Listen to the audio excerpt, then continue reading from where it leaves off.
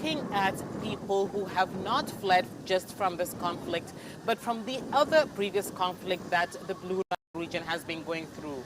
Now we're here in al-Karama 5 camp, and this is where displaced people who fled from the state into neighboring South Sudan in 2011 have come to reside and seek shelter in.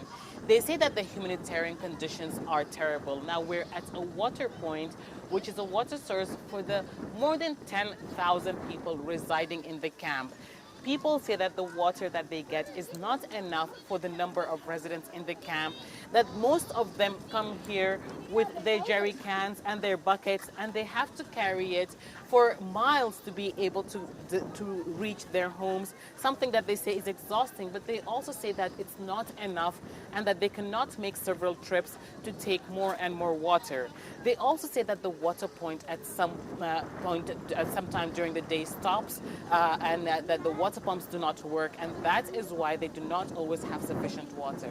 Now, there's also another concern that we're hearing from people here. It's the issue of stability and security. People came from South Sudan to these camps hoping to go back to their homes.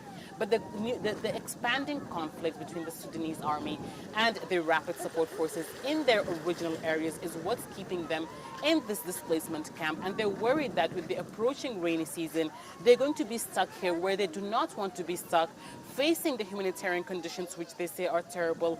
They say that the heat is making it very hard for them to stay inside the plastic tents. But at the same time, during the rainy season, they're worried about the camps flooding and that there will be waterborne diseases which would make them at risk of illnesses for them and their families, especially children, many who are more than half the occupants of the camp.